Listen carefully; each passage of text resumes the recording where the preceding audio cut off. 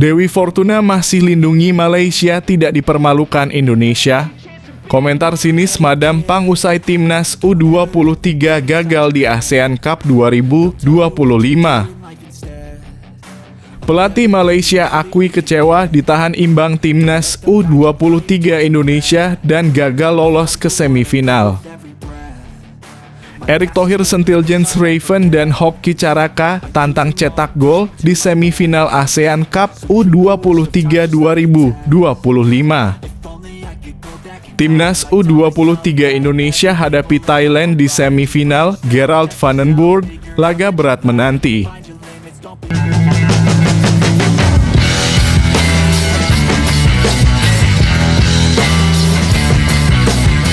Sebelum kita lanjut ke berita terlengkapnya, alangkah mulianya bagi kalian untuk tekan tombol like dan yang belum subscribe, tolong subscribe channel ini. Dewi Fortuna masih lindungi Malaysia, tidak dipermalukan Indonesia. Komentar sinis Madam Pang usai timnas U23 gagal di ASEAN Cup 2025. Kekalahan tak langsung yang dialami timnas Malaysia U23 di laga terakhir fase grup ASEAN Cup U23 2025 masih menyisakan perdebatan. Bukan hanya karena hasil seri melawan Indonesia yang memupuskan asa mereka untuk melangkah ke fase gugur, namun juga karena komentar tajam dari sosok penting di kancah sepak bola Asia Tenggara, Madam Pang. Wanita yang dikenal luas sebagai penggerak utama sepak bola Thailand itu tak segan melontarkan komentar bernada sinis terhadap performa Malaysia. Dalam sebuah wawancara usai laga, Madam Pang menilai bahwa Malaysia seharusnya kalah dengan selisih gol yang besar. Hasil seri itu sebenarnya sudah sangat bagus buat Malaysia. Mereka seharusnya kalah dengan banyak gol. Saya rasa Dewi Fortuna masih melindungi mereka, ucap Madam Pang sambil tersenyum tajam seperti dikutip dari media lokal Thailand. Pernyataan tersebut sontak menjadi sorotan bukan hanya di Malaysia, tapi juga di kalangan pecinta sepak bola Asia Tenggara. Banyak yang menilai bahwa komentar itu merupakan bentuk sindiran keras terhadap kualitas permainan harimau muda yang dianggap jauh di bawah standar. Dalam pertandingan penentu melawan timnas Indonesia U23, Malaysia memang lebih banyak bermain bertahan. Garuda Muda tampil dominan sejak menit awal dengan pola serangan yang cepat dan tajam. Statistik pun memperkuat pandangan Madam Pang. Indonesia mencatatkan penguasaan bola hingga 68% dengan total 17 tembakan dan 9 diantaranya mengarah ke gawang. Malaysia beruntung memiliki penjaga gawang yang tampil impresif malam itu. Beberapa peluang emas Indonesia berhasil digagalkan dengan aksi gemilang di bawah mistar. Namun secara keseluruhan Malaysia terlihat kesulitan menahan gempuran demi gempuran dari tim lawan. Kalau kita hanya melihat skor, mungkin orang bilang seimbang. Tapi kalau kalian tonton pertandingannya, kalian tahu siapa yang bermain sepak bola dan siapa yang cuma bertahan sambil berharap waktu cepat habis, lanjut Madam Pang dalam nada yang lebih tegas. Pernyataan ini memicu gelombang reaksi di dunia maya. Netizen dari berbagai negara pun terbelah. Sebagian besar netizen Indonesia dan Thailand mendukung komentar tersebut, menyebutnya sebagai bentuk kejujuran dari sosok yang paham akan kualitas tim. Namun tak sedikit pula warga Malaysia yang tersinggung menyebut komentar Madam Pang sebagai bentuk arogansi dan tidak menghormati lawan. Di sisi lain, beberapa pengamat menilai bahwa komentar tersebut seharusnya dijadikan cermin bagi sepak bola Malaysia.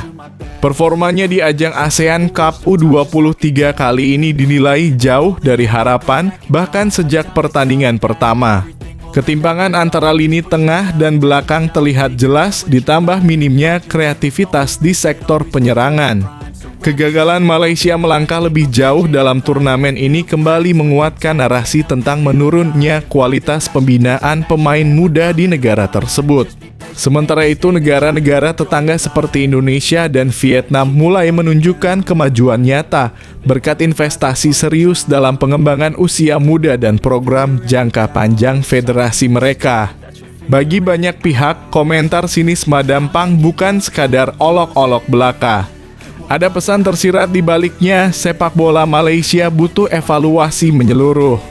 Jika tidak segera melakukan pembenahan dari akar, bukan tidak mungkin mereka akan semakin tertinggal dari rival-rival Asia Tenggara lainnya. Madam Pang sendiri bukan sosok yang sembarangan. Ia dikenal sebagai manajer yang sukses membawa tim Thailand meraih banyak prestasi dan juga sebagai figur yang sangat vokal terhadap perbaikan sistem sepak bola di kawasan ASEAN. Komentarnya meski tajam seringkali menyimpan makna konstruktif, terutama jika dibaca secara objektif. Kini timnas Malaysia U23 harus pulang lebih awal dari ASEAN Cup 2025. Sementara Indonesia melaju ke babak semifinal dengan penuh percaya diri. Meski skor akhir pertandingan terakhir mereka hanya 1-1, narasi yang tertinggal adalah dominasi Garuda Muda dan keberuntungan Harimau Muda yang nyaris kebobolan lebih banyak. Seperti yang disampaikan Madam Pang, Dewi Fortuna tampaknya memang masih melindungi Malaysia untuk sementara. Namun dalam dunia sepak bola modern, keberuntungan tak cukup. Dibutuhkan fondasi yang kuat, pembinaan yang serius, dan komitmen penuh dari semua pihak agar bisa bersaing secara konsisten di level internasional. Jika tidak, komentar seperti dari Madam Pang bukan hanya akan terdengar sinis, tapi juga akan menjadi cermin pahit dari realita yang tak terbantahkan.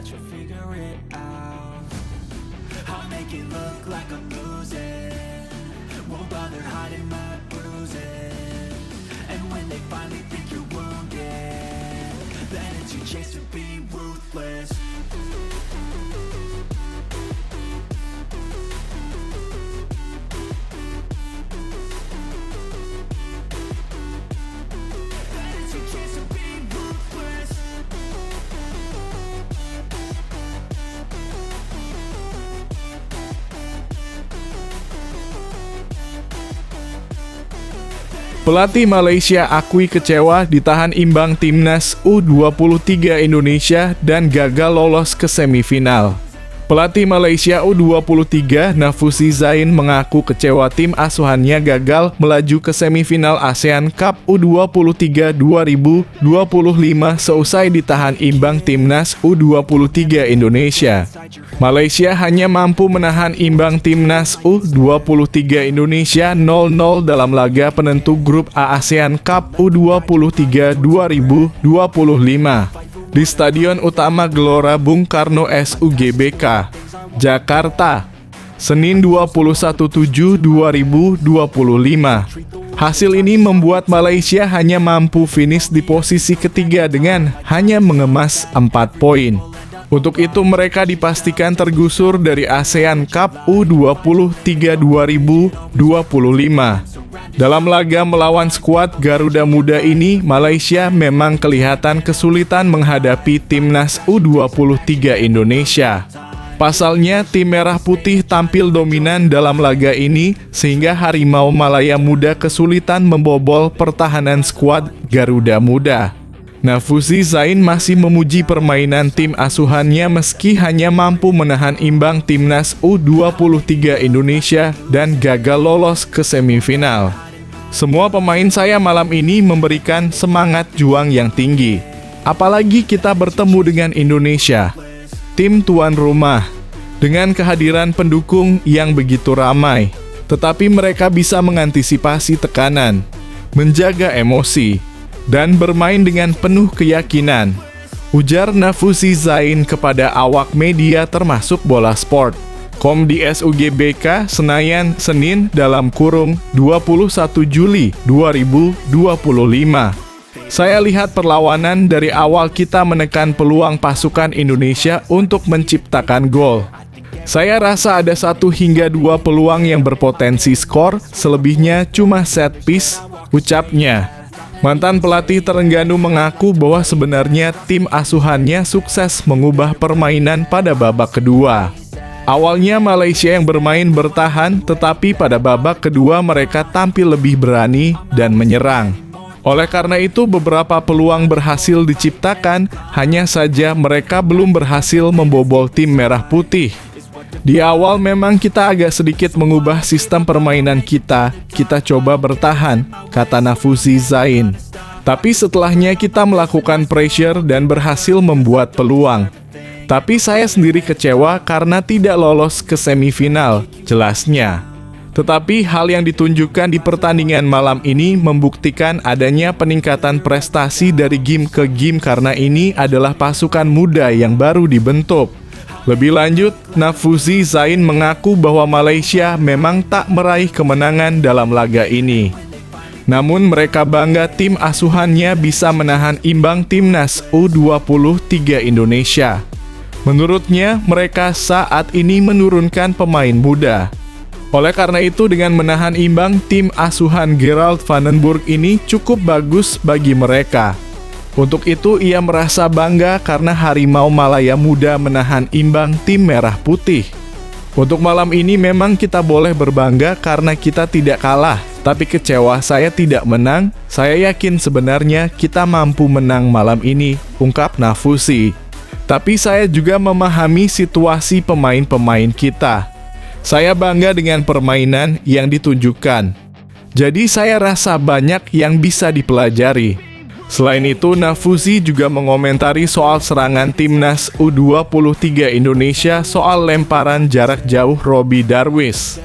Menurutnya, lemparan pemain Persib Bandung itu memang menjadi ancaman.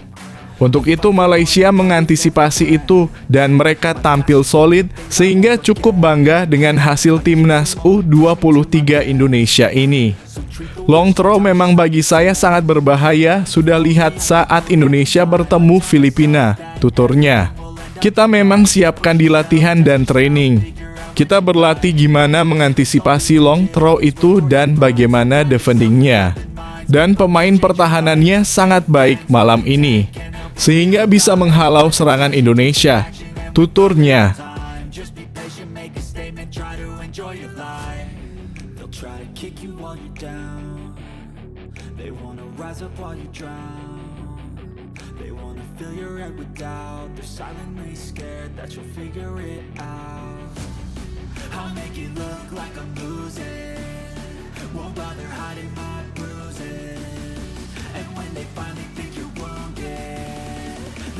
Chance to be ruthless.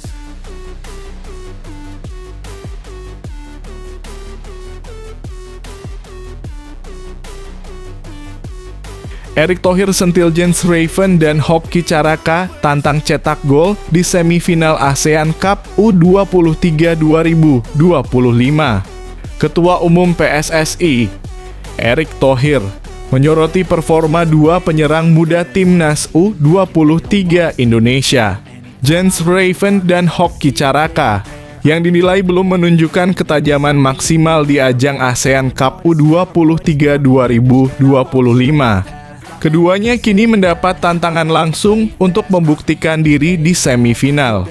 Timnas U23 Indonesia baru saja menyelesaikan laga terakhir grup A melawan Malaysia di Stadion Utama Gelora Bung Karno (SUGBK) Jakarta pada Senin (21 Juli 2025). Sayangnya pertandingan berakhir tanpa gol meski Garuda Muda tetap melaju ke semifinal sebagai juara grup. Namun hasil imbang 0-0 melawan Malaysia dan kemenangan tipis 1-0 atas Filipina (berkat gol bunuh diri lawan) menimbulkan sorotan tajam terhadap lini depan Indonesia. Erick Thohir secara terang-terangan menyampaikan kekecewaannya terhadap penyelesaian akhir tim, khususnya Jens dan Hoki.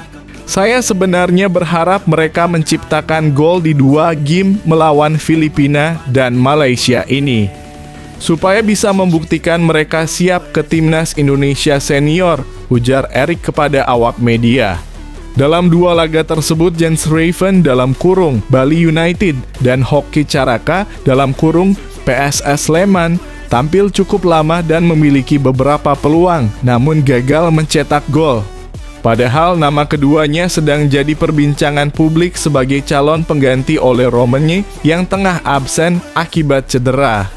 Ole Romeng, striker utama timnas Indonesia senior, baru saja menjalani operasi dan dipastikan tak bisa tampil pada laga FIFA Matchday September 2025 melawan Kuwait dan Lebanon. Ini membuka peluang bagi pemain U23 seperti Jens dan Hoki untuk naik kelas asal mereka bisa membuktikan diri. Namun, Erik mengingatkan bahwa mencetak 6 gol ke gawang Brunei Darussalam saja belum cukup. Menurutnya, Brunei termasuk salah satu tim terlemah di turnamen ini sehingga Jens dan Hoki harus menunjukkan kualitasnya di laga yang lebih menantang. Peluangnya ya mereka harus buktikan di semifinal atau final ASEAN Cup U23. Jangan hanya bisa melawan Brunei Darussalam, tegas Erik. Laga semifinal sendiri dijadwalkan digelar pada Jumat dalam kurung 25 Juli 2025 di SUGBK dengan lawan antara Thailand atau Myanmar, dua tim yang masih bersaing menjadi juara grup C. Erik pun menutup komentarnya dengan harapan besar agar Jens dan Hoki bisa tampil lebih tenang dan klinis di laga penting nanti. Ada beberapa peluang yang mestinya bisa jadi gol, tapi mereka terburu-buru saya rasa. Termasuk saat lawan Filipina, ujarnya. Bagaimana menurut kamu? Apakah Jens Raven dan Hoki Caraka bisa menjawab tantangan Erick Thohir dan membuktikan diri di semifinal? Siapa menurutmu yang layak jadi ujung tombak timnas senior jika bukan mereka? Tulis pendapatmu di kolom komentar.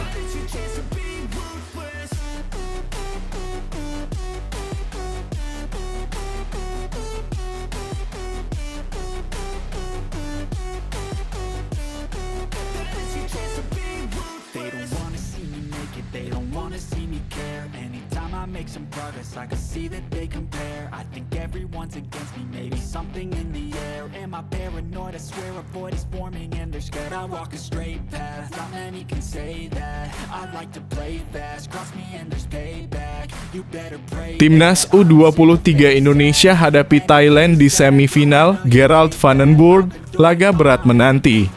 Timnas U23 Indonesia dipastikan melangkah ke babak semifinal ASEAN Cup U23 2025 dan berpeluang besar menghadapi lawan tangguh, Thailand. Pelatih Timnas U23, Gerald Vandenburg, mengakui bahwa laga ini tidak akan mudah. Garuda Muda melaju ke semifinal setelah tampil solid di fase grup.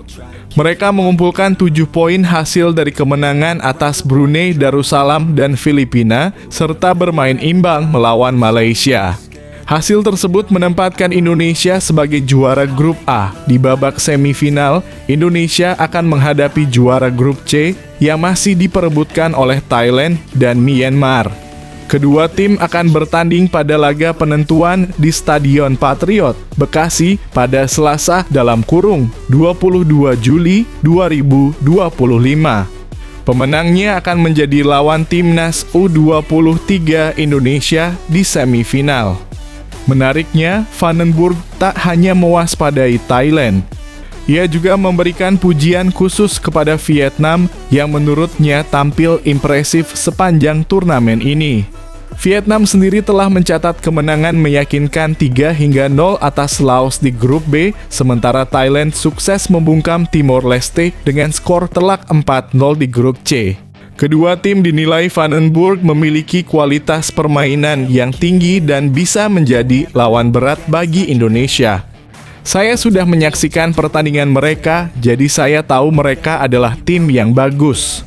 Mereka bermain dengan baik, ujar pelatih berusia 61 tahun itu kepada awak media, termasuk bolasport.com. Vandenburg berencana memantau langsung laga terakhir Vietnam dan Thailand di fase grup. Setelah itu, ia akan segera menyusun strategi matang untuk semifinal yang dijadwalkan berlangsung pada Jumat dalam kurung 25 Juli 2025. Kami tahu laga nanti tidak akan mudah. Baik Vietnam maupun Thailand adalah lawan yang kuat. Tapi kami akan berusaha keras mencari cara untuk mengalahkan mereka, tegasnya. Bagaimana menurut kamu?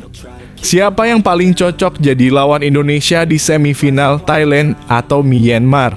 Dan apakah kamu optimis Garuda Muda bisa melangkah ke final? Yuk, tulis pendapatmu di kolom komentar.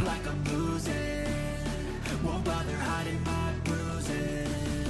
And when they finally think you're wounded, then it's your chance to be ruthless. Then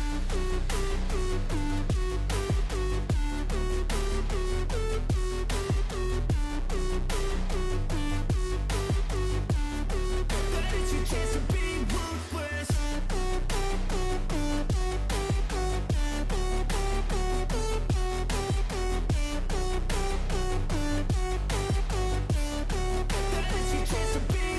They don't wanna see me naked, they don't wanna see me care. Anytime I make some progress, I can see that they compare. I think everyone's against me, maybe something in the air. Am I paranoid? I swear a void is forming and they're scared. I walk a straight path, not many can say that. I like to play fast, cross me and there's payback. You better pray that I don't see your face at any place that I go. I know you hate that. I've been doing fine, I'm not wasting any more time. I live for the fight and the climb, and I think that the pain that's deep inside is what defines. So I won't give up, I'm gonna make it to the top. I don't care what's in my way, I swear I'm never gonna stop. I could fall flat on my face and I swear I will get back up, cause I don't deserve a thing and the road ahead is tough. They'll try to kick you while you're down, they wanna rise up while you drown. They wanna fill your head with doubt, they're silently scared that you'll figure it out. I'll make it look like I'm losing, won't bother hiding my bruises. And when they finally think you're wounded, then it's your chance to be ruthless.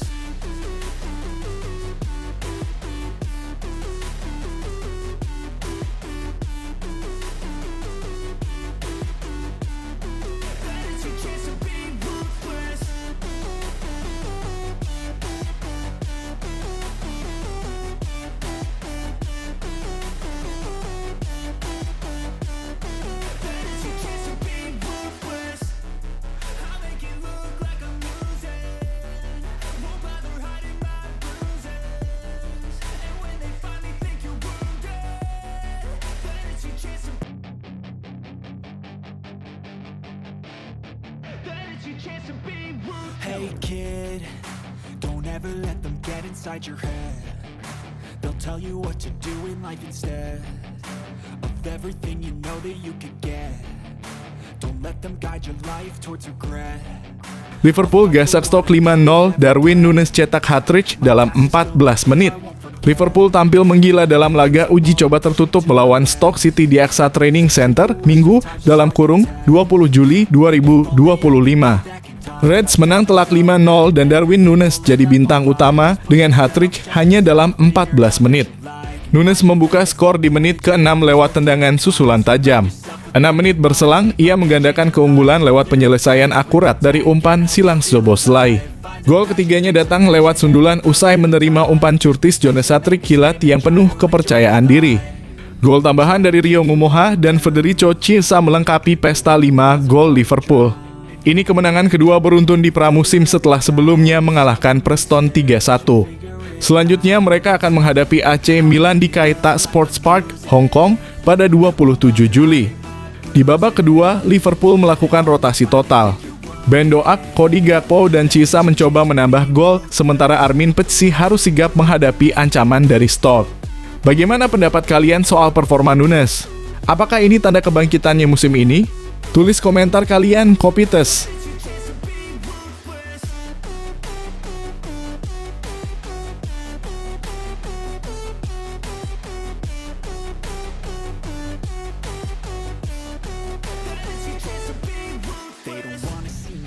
They don't wanna see me care. Anytime I make some progress, I can see that they compare. I think everyone's against me, maybe something in the air. Am I paranoid? I swear a void is forming and they're scared. I walk a straight path, not many can say that. I like to play fast, cross me and there's payback. You better pray that I don't see your face at any place that I go. I know you hate that. I've been doing fine, I'm not wasting any more time. I live for the fight and the climb, I think that the pain that's deep inside is what defines. So I won't give up, I'm gonna make it to the top. I don't care what's in my way, I swear I'm never gonna stop. I could fall flat on my face and I swear I will get back up. Cause I don't deserve a thing and the road ahead is tough. They'll try to kick you while you're down. Manchester City ingin cetak sejarah, mau pulangkan kiper Burnley ini. Manchester City bersiap kehilangan Ederson Moraes pada musim panas ini. Sang kiper tengah mempertimbangkan tawaran dari Galatasaray dan belum mengaktifkan klausul perpanjangan kontraknya hingga 2027. Dengan kondisi ini, City kemungkinan besar akan menjual Ederson yang telah membela klub sejak 2017. Mencatat 372 penampilan dan meraih 18 trofi, termasuk 6 gelar Premier League dan 1 Liga Champions. Sebagai langkah antisipasi, City mulai mencari pengganti. Setelah Diogo Costa dari Porto masuk radar, kini muncul nama James Trafford, kiper muda yang sukses membawa Burnley promosi ke Premier League. Menurut The Times, City siap menebus klausul buyback sebesar 40 juta untuk memulangkan Trafford yang mereka lepas ke Burnley senilai 15 juta. Trafford sendiri pernah mengungkapkan ambisinya dalam podcast Ben Foster, mengatakan bahwa tujuannya adalah bermain di klub top Inggris. "Saya kini lebih baik dan siap unjuk gigi," ujarnya penuh percaya diri. Apakah James Trafford layak jadi penerus Ederson di bawah Mr. Man City? Bagaimana menurut kalian, fans The Citizens? Yuk, tulis opini kalian di kolom komentar. Don't let them guide your life towards regret. I'll fight for what I love with every breath. My past is filled with things I won't forget. I use them all to push me to my best. So treat the worst of times just like a test. If only I could go back in time, I'd tell myself that everything will end up alright. Just push yourself, test yourself, figure out what you like, and find your limits, don't be rigid, always work towards a prime. Surround yourself with open minds, people can change your life. A few friends with intent can help you feel alive. Find a passion, take some action, and with a little time, just be patient, make a statement, try to enjoy your life. They'll try to kick you while you're down. They wanna rise up while you drown. They wanna fill your head with doubt. They're silently scared that you'll figure it out. I'll make it look like I'm losing. Won't bother hiding my bruises. And when they finally think you're wounded. Chelsea pinjamkan Mamadou Sarr ke Strasbourg, siap asah bakat di Liga 1. Chelsea resmi meminjamkan bek muda berbakat Mamadou Sarr ke Strasbourg untuk musim 2025/26. Pemain berusia 19 tahun ini baru saja direkrut dari Strasbourg musim panas ini seharga 12,1 juta dan sempat debut untuk The Blues di Piala Dunia antar klub, masuk sebagai pengganti saat menang 3-0 atas Esperance de Tunis. Meski mengikat kontrak 8 tahun dengan Chelsea, Sarr kini kembali ke Stade de la Mainau untuk mendapat menit bermain reguler. Sebelumnya, ia tampil solid di bawah arahan Liam Rowe senior dengan 27 laga sebagai starter di Liga 1 dan membantu Strasbourg finish di posisi ke-7 musim lalu. Menurut Fabrizio Romano, peminjaman ini murni tanpa opsi pembelian dan Sarr diproyeksikan sebagai pilar utama Strasbourg musim ini sebelum kembali ke London. Chelsea memang rutin merekrut talenta Liga 1 seperti Badiashile dan Disasi. Namun, keduanya belum tampil konsisten. Kini masa depan Disasi masih abu-abu sementara Badiashile bersaing ketat dengan Fofana, Chilwell, dan lainnya. Bagaimana menurut kalian, fans The Blues? Apakah Mamadou Sarr akan jadi bek masa depan Chelsea?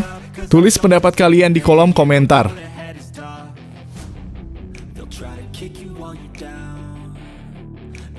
Rise up while you drown. They wanna fill your head with doubt. They're silently scared that you'll figure it out. I'll make it look like I'm losing. Won't bother hiding my bruises. And when they finally think you're wounded, then it's your chance to be ruthless.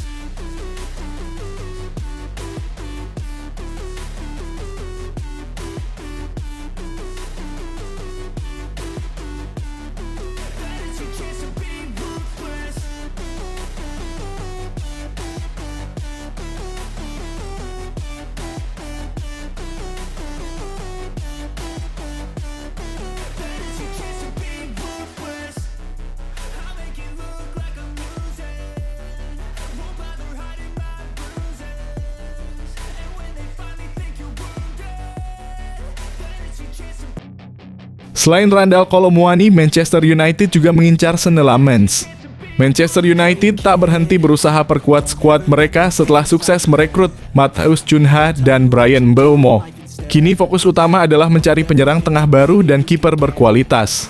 Di posisi kiper, Man United butuh sosok kompetitif menggantikan Andre Onana yang cedera hingga Agustus dan performanya kurang memuaskan 2 musim terakhir.